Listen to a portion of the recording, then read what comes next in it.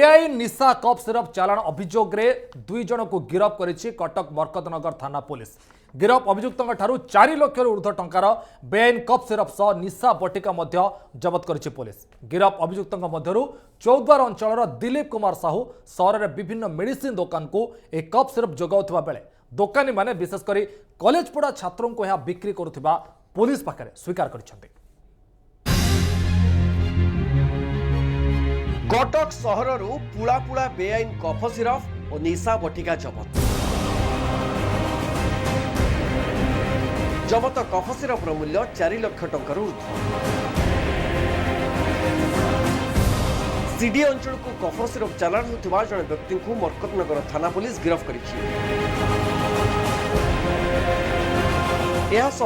Police Chavdar अंचल दिलीप साहू नामक जड़े मेडिसिन होलसेल दुकान उपरे चढ़ा करने फल 3000 ऊर्ध्व कफ सिरप जबत करथिला। गिरफ होइथिबा अभियुक्त दिलीप कुमार साहू और कुलमणि मिश्र।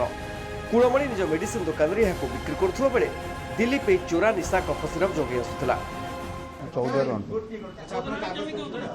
कफ सिरप मगले दो बंद हेछि जान ना नाही मु जान। अच्छा जो आनो सी केमसी दिन तो बिल करन ना से मगले दियंते कोन बिल दियंते नाही कफ सिरप सह निशा बटिका मध्य मरकतनगर थाना पुलिस जबत करिछि।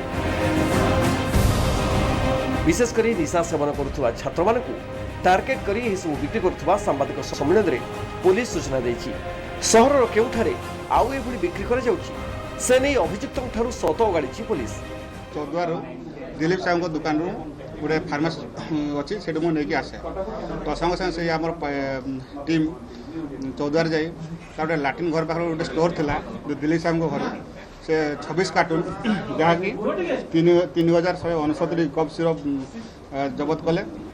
यह बेआईन चोरा कफ सिरप चालाण पछरे किए मुख्य अभियुक्त से नहीं पुलिस अधिक तदंत जारी रखिछि।